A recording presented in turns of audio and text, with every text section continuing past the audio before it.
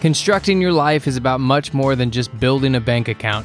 Each week, join real estate entrepreneur and mindset coach Austin Linney as he interviews guests who are constructing their dream lives and impacting the world around them on a daily basis. If you're an entrepreneur or wanting to start a business, or you just want to hear motivating stories of how others have overcome the odds, you are in the right place. And now for your host, Austin Linney. Guys, welcome back to Construct Your Life. This is Austin Linney here, and the goal today is to see if we can make Mary cry. That's really the goal.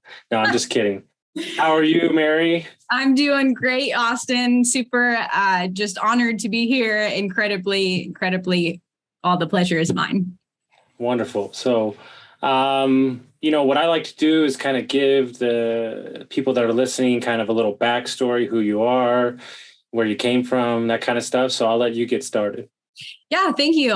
So my name is Mary Kate Wyatt. I am an aspiring entrepreneur, I guess you could say. My husband and I, we're partner duo together. We own the local barbecue food truck in the local barbecue catering company that is located in Kokomo, Indiana right now. I was born and raised in this town, and we have moved away, we moved back, and then we created this business together. So throughout that experience, first had started into the corporate insurance world. I graduated with a business degree, and so business and selling has kind of been in my blood forever. And then when I graduated from college, we moved back to Kokomo, where I got into corporate insurance. I was vice president of Regions Insurance for about 5 years, coming straight out of the college. And then that kind of set me up into a really great understanding of the business world. But I really was missing something in the corporate world where I feel very motivated and very personable. And I love to be connected with our community. So we had decided to leave the corporate world. My husband has agricultural background, and so we just decided to become a duo force together and create the local barbecue food truck and catering company, which is what we are currently doing now. Within that, we have I've been in the wedding industry, in business and hospitality and wedding industry for about 12 years. I've been a wedding coordinator, manager, and then promoted to a wedding director over about the last 4 to 6 years. I have planned over about 1,000 weddings and events in that time period. And then, we have a consulting company where we help out local businesses here in town, just thriving off of support and being able to dive into what really makes them as a business tick and how we can help them through that. A lot of it is wedding directing and coordinating and helping out, new venues and their teams on how to run a proper wedding, and from my experiences. And then also in the meantime, we have had 2 beautiful children. We have 2 little boys. Philip is 6 and Charlie Boone is 3 years old. And then in the meantime, I have also been battling a rare nerve and neurological disease. And so, that's just kind of a journey that has been its own thing that has led me to where we are now. And we have a huge move and future on the horizon. And so be moving our family to Tennessee soon. And so just incredibly excited for our opportunities and everything that lies ahead. And I mean, in my opinion, it doesn't seem like you've made the easy choices. It doesn't seem like, the safety and security of a corporate world, especially with a family, is what most people would cling on to. Yeah. Right. What was, walk me through that decision that you and your husband made to try out entrepreneurship or just to get into it, period, and kind of talk us through those conversations that you were having with yourself and through him on like, hey, this is something that we want to do. We don't know what's going to happen, but we're here and let's just give it a shot.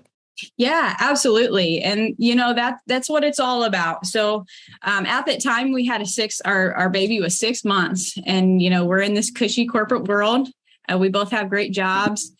We just always felt like something was missing. And we knew that what we had to offer, if we could just combine that together, that we really wanted to create freedom for ourselves and for our family. We want to be able ultimately to spend the time with them that we wanted to, and not be caught up in the 9-to-5 world that we were in. It gets to be feeling sort of stuck and alone.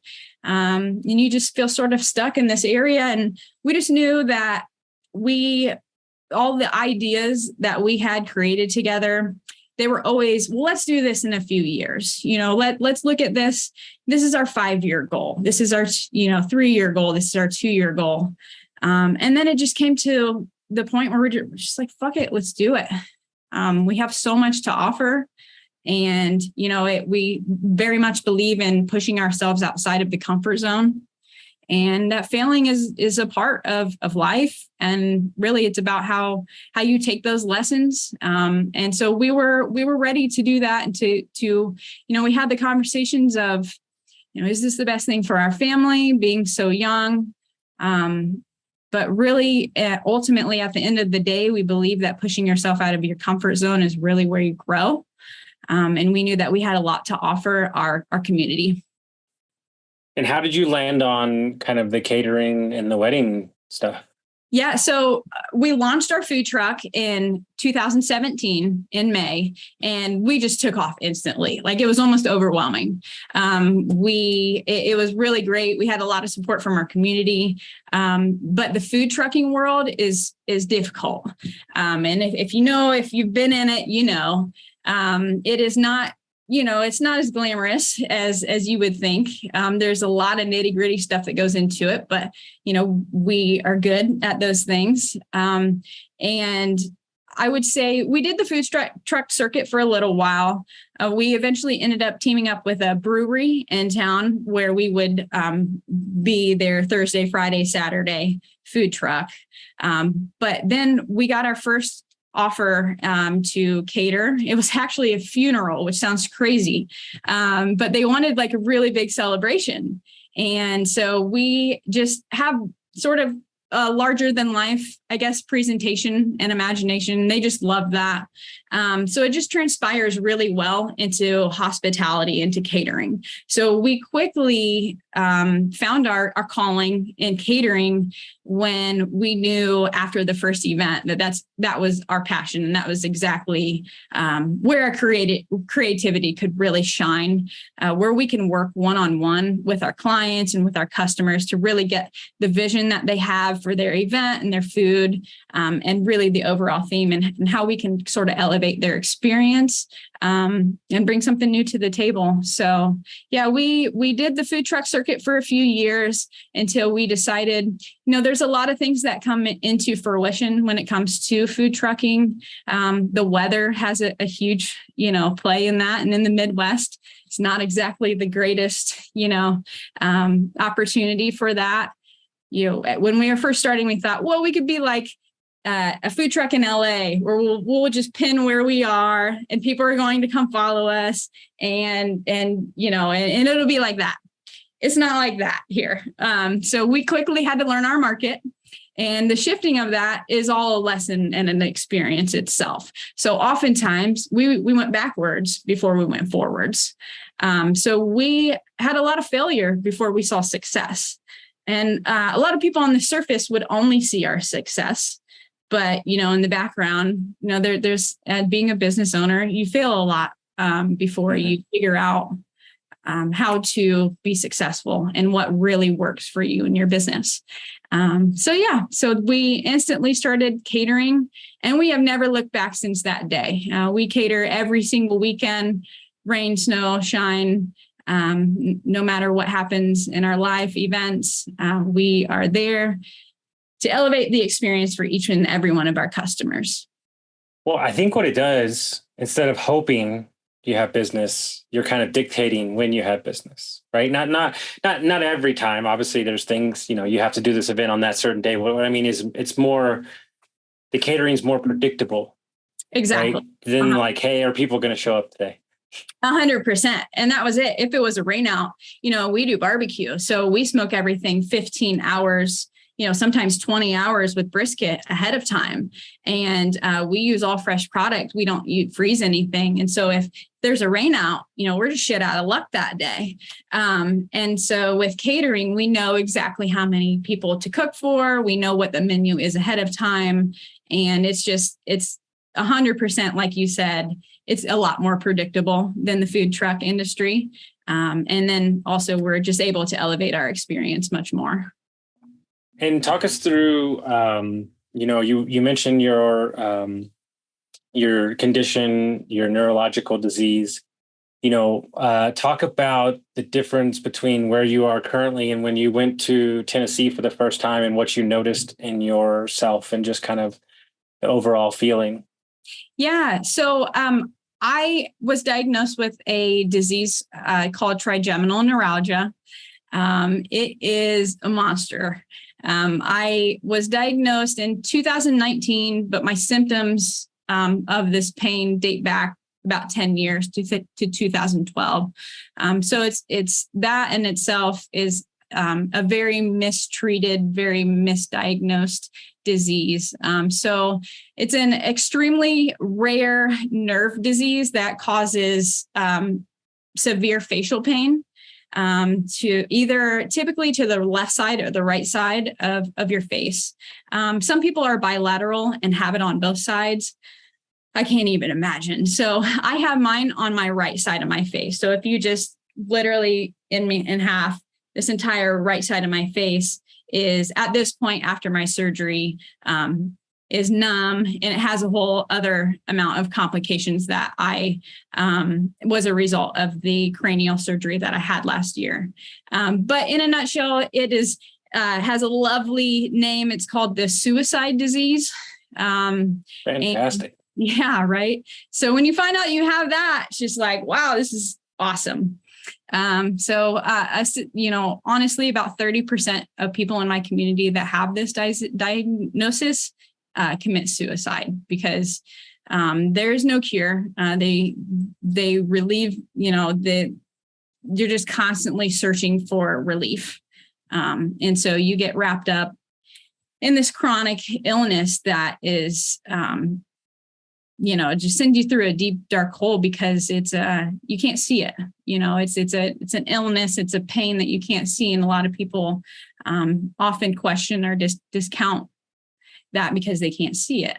It is has been described in the medical field as the most painful disease known to mankind. So not trying to win a contest or anything like that, but yeah, it's definitely real. So the fifth trigeminal nerve is the fifth cranial nerve that is connected to your central nervous system, and it carries all the sensations from your face to your brain. So if there is something that is agitating it sits at the base of your skull here, and if it is agitating that trigeminal nerve, then it sends signals of pain to your brain, to your face. And for me, that started out in my jaw area, and it felt like a toothache for several years. And then it frequently developed, and it kind of travels from your jaw to your face, to your teeth, all the way, and then spreads all the way to your head, to your neck. And then you just feel it sort of take over like that side of your body. That in itself, I spent several years of being misdiagnosed. I would often go to the dentist because I thought I have a fucking toothache, right? It feels like a toothache times 1,000. So they're like looking at everything, doing scans, doing tests, and they're like, Mary Kate, like your teeth look fine. I'm sorry, like I can't see anything, but there has to be something because you're in an incredibly amount of pain. So after years of going through dental pain, I had root canals, I had crowns put on, they were going to pull my teeth. Like it just was crazy. And so after time, oftentimes with trigeminal neuralgia, your symptoms increase over time, and they get more intense, and they get more frequent too. So as my pain was increasing and becoming more frequent, I just was like, wow, this is just not normal. And I basically had diagnosed myself. So after all that time, I had finally gone to my physician, which she then diagnosed me and then sent me to a neurologist who confirmed that with an MRI to see the actual compression that they could see that was sitting on my trigeminal nerve there. So how do you be a mom? How do you run a business? Like, how do you be a wife? Like, how do you be a friend, to be honest with you, when you're just in so much pain all the time? Yeah, it's hard, man. It was tough. I just got to this point where I would pride myself on how far I could push myself. Like, how much pain can I endure? And it became a point where, our children and my husband saw me go through like debilitating pain. There'd be times where I couldn't get out of bed. It starts with what feels like a toothache, but then it goes to like this burning, twisting ice pick pain. And then it'll get to a point where you describe it as like electrical shocks. So like you're just getting hit with like lightning bolts, and it just goes, you could feel it all the way from your brain to your face, all the way down. So I was like, it'd be like 3 a.m. and I would be on the floor, and I pass out from the pain. And my husband would walk in and just be like, oh my God, like what is happening? I'd wake up and I'd do it all over again. And so like, I just went through this incredible amount of, I just didn't want it to shape who I was and let my pain define who I am. I let it almost be a motivator to keep saying like, how far can I push myself? How, you have to get up today. Like you have to, you don't have an option, even though I have a world of amount and support. There is just no option for me. And so I just used it as sort of a fuel to see how far I could go with the pain. And over time, you get to the point where you feel so alone because of all the pain that you're going through. And you almost get to the point where you don't want to burden your family and friends anymore. So you just kind of, over time, I built up walls and shields almost to hide from the truth, that I was actually broken and hurting.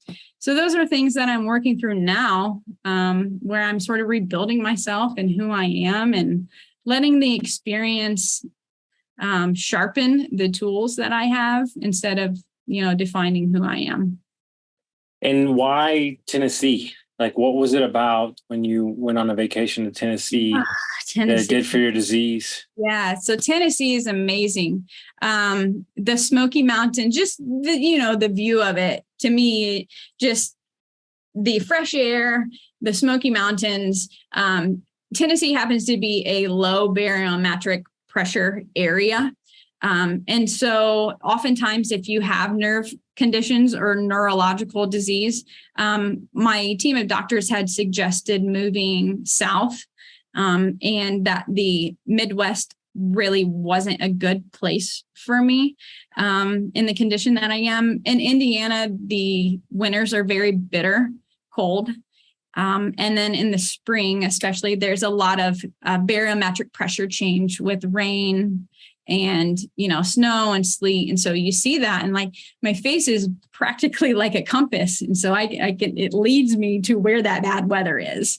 And so Tennessee, like the old man when he's like, oh, my knee, it's going to rain today, that's kind of the same thing. Yeah. Yeah, 100%. And it sounds so weird. And I'm like, man, I was never like truly a believer of something like that until this happened to me. And I'm like, holy shit, it's true. But Tennessee was just circled as to one of those 5 states basically that were suggested to me. A lot of people in my community, they move to Florida or California, Hawaii, Arizona, or Tennessee. And Tennessee was just something that we had circled and absolutely loved. And we said, let's do this in 2 years. We have a 2-year goal to get our family here. And then we went and visited, and I could tell a clear, visible difference in the way that I felt. And like when you have this chronic pain and this chronic illness and this constant pain that never ever goes away, when you find just like the smallest amount of increase, like in your quality of health, like I'm just untapping the best potential of myself that I can give to others and to my family. And so for so long, I had felt like I felt guilty, like I had not neglected myself. It's almost embarrassing when you hear that you have like a disease, because I felt like, man, I wasn't doing like the right things for my health or for whatever reason. But with this disease, a lot of it, the causes are very unknown. So a lot of people are diagnosed with it from TBI, from traumatic brain injury, or a high impact brain collision, like an accident or something like that. Others have a tumor that's sitting on that nerve. So it could be like cancerous. So like it was, a blessing to see that it was a blood vessel or an artery that was wrapped around my nerve instead of a tumor or something like that. And so, or others, it's just bad hands dealt. I mean, and it could be just as unlucky as that. So it's not something that you can pinpoint, but you just get to this point where you just want to be better, and you just are desperate for some sort of relief. And, I felt like I had robbed my family and my children from time of being the best person that I am and that I have to offer, because for years I was just sort of stuck in this world of pain and darkness, and just trying to keep my head above water every day during that time. And really, I just use those experiences to try and impact others that are going through it now, because I've been through it. And I just reach out to people all the time. I have people come to me all the time in that community, and they just feel alone. It's a very misunderstood, misdiagnosed, often mistreated, where we just, even after you're diagnosed with it, you are just I say you're handed a belly full of pills. So it's just the pharmaceutical side, then where you have anticonvulsant pills, antidepressant pills, Xanax, painkillers, muscle relaxers. I was taking about 20 pills every day, and then just thinking about, what those side effects do to you internally. I just try to use all of those experiences to shape who I am now. I refuse to take pharmaceuticals. I only seek holistic healing and treatments and things like that. So I just am really right now, I'm just trying to give my family, myself, the best opportunity to be who I am, so I can relay that and help others. Yeah, 100%. Think about it this way. You're in pain. You're self-medicating or medicating what they've given you. Painkillers, probably, I would imagine most are putting booze on top of that too. Mm-hmm. You're looking for that relief. And when you think about people as a whole, let's just say people in general, those overriding pain can be, victimhood, can be this, can be that, right? And it's just, you're just looking for any relief, and there's none in sight. And so, to be a beacon, it's the same way I feel about my alcohol addiction. Most people didn't get out, so I have to be a shining light for others that it's possible, right? Yeah. And so, I just respect, your willingness to help others and push forward and really shed light on this kind of, whatever this condition is. And so, to watch somebody do that is so inspiring. And then also to keep taking chances, because, it's very easy for you to go back to corporate, get the health insurance, make it easy, not put the extra stress of entrepreneurship on your plate, but, you're just not comfortable with status quo, and you're willing to do what's necessary to continue to, create freedom for your family. Yeah, 100%. And that's exactly why we got out of corporate. And we wanted to do something better. I mean, we knew that running our own business wasn't going to be easy by any means. And it comes with its own set of risks and responsibilities that are, a lot more than we really expected at that time, but our goal is to create financial freedom for ourselves and for our children so that we can travel when we want to, where we want to, and we can be able to do business from wherever. And so really giving ourselves, after all of this time, I feel like that's, I feel like we deserve that. And I feel like it's just a whole different world. I mean, you think that you're doing the right thing for so many years. And like my family was brought up this way. My dad was in the same industry. And so we're just like, have been plugged into this is what you're supposed to do. You're supposed to go to school. You're supposed to graduate from college. You're supposed to get a job right afterwards. You're supposed to stay at that job for as long as you possibly can to grow up the rank. And that's just how I was taught. And that's how I was brought up. But my mind was always just saying, God, there's so many things out there.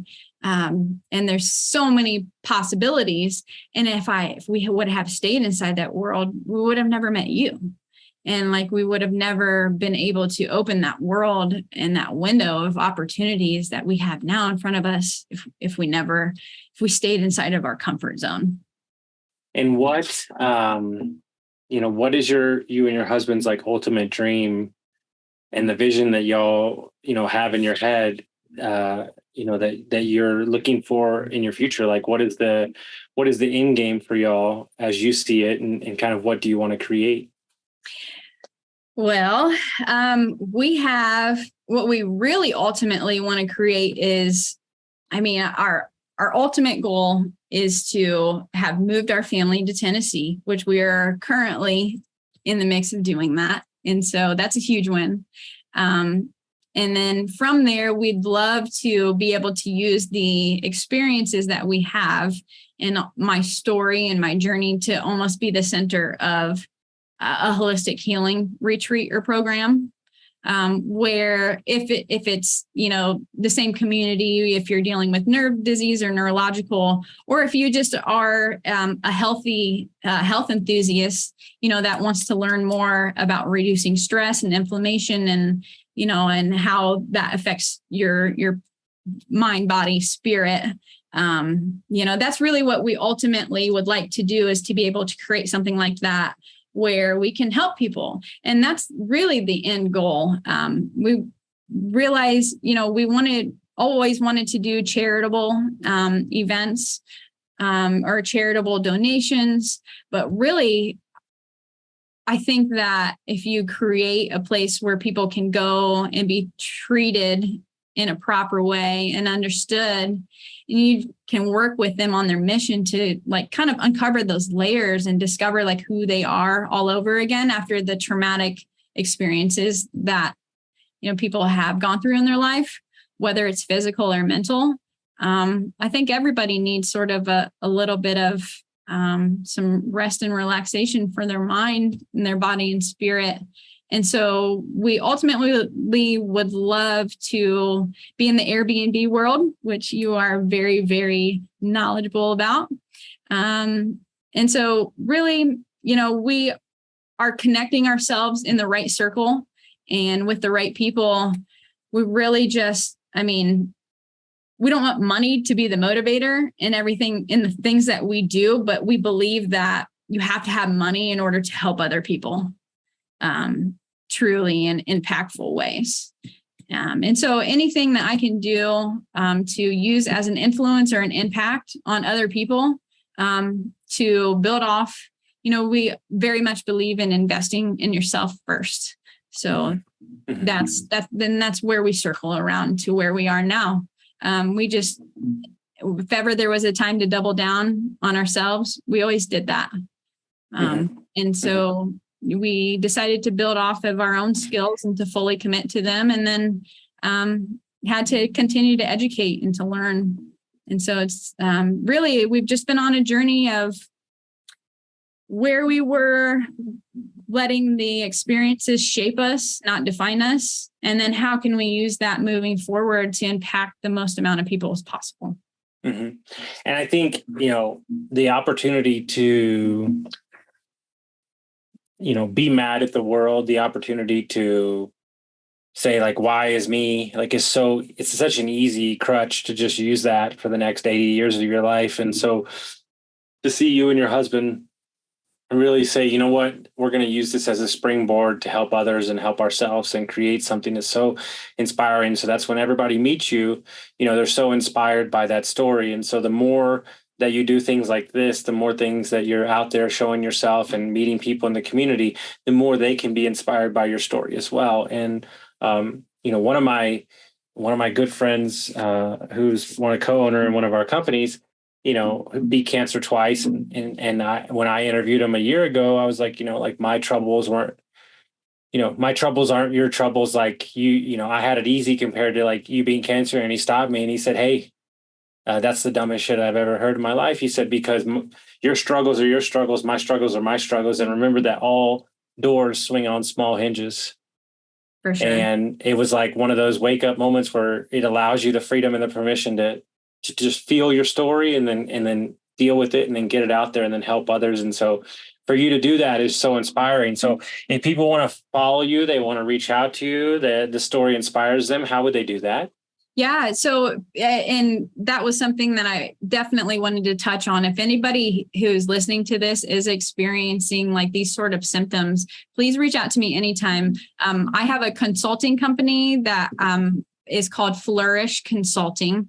And you can email me anytime at Flourish Consulting Kokomo, KOKOMO @gmail.com. And I will walk you through every step of the process, whether you are just feeling these symptoms first or you've been diagnosed with it and you just need some guidance on how to get through the pain. I've been there from day one till going through the regimens of the treatments that they have. There's just a handful of them. And then going through, the actual, like the final straw that they call it for the microvascular decompression surgery. So, and it's an actually extremely invasive cranial surgery. And that was sort of like the 10-year, like that's my last straw. Like when I finally can't take it anymore, that's what you do. And so there are a lot of people that I have walked through that process as well. That's very nervous about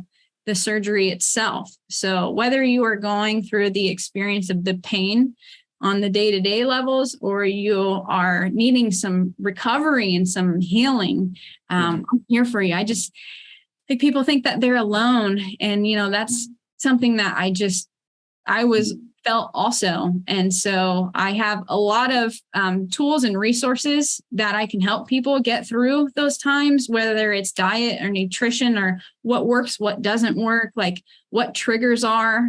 So in our world, like triggers, I know it sounds crazy, but it's the weather, it's the wind. If the wind is blowing a wrong way, you can get kissed on the face and it feels like you've been hit in the face, like even a kiss. Laughing, crying, smiling too much, like those are all things that just cause it to just pop off. And it's sort of like, we call it the monster that lives inside of your face, because it just decides, it has a mind of its own. Like this little fucker is inside of your head and it just decides when it wants to come out, and it'll come out like whenever it wants to, and it'll do its thing to you, and then it'll disappear, and then it'll come back. So you like sort of go through these days where you just like, you don't even want the sun to come up the next day because you live in fear that it's going to come back again. And so like, I just don't want anybody to be having to go through this alone. We have found recently a lot that veterans have trigeminal neuralgia when they get back from training or get back from war-like experiences.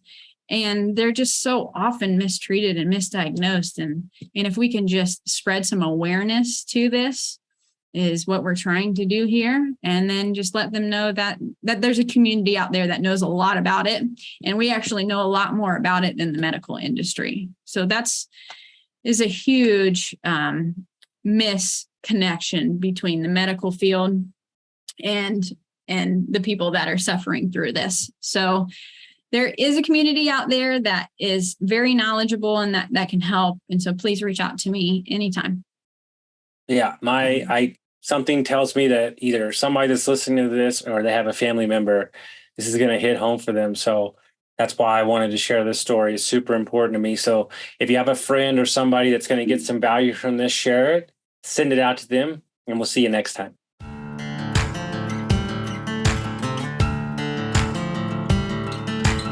Thank you for listening to Construct Your Life with Austin Linney. If you enjoyed this episode, be sure to rate, review, subscribe, and pay it forward by sharing with a friend. Most importantly, take this opportunity to start constructing your life by taking immediate action on what you learned. For show notes, resources, and more information on one-on-one coaching with Austin, visit constructyourlifepodcast.com.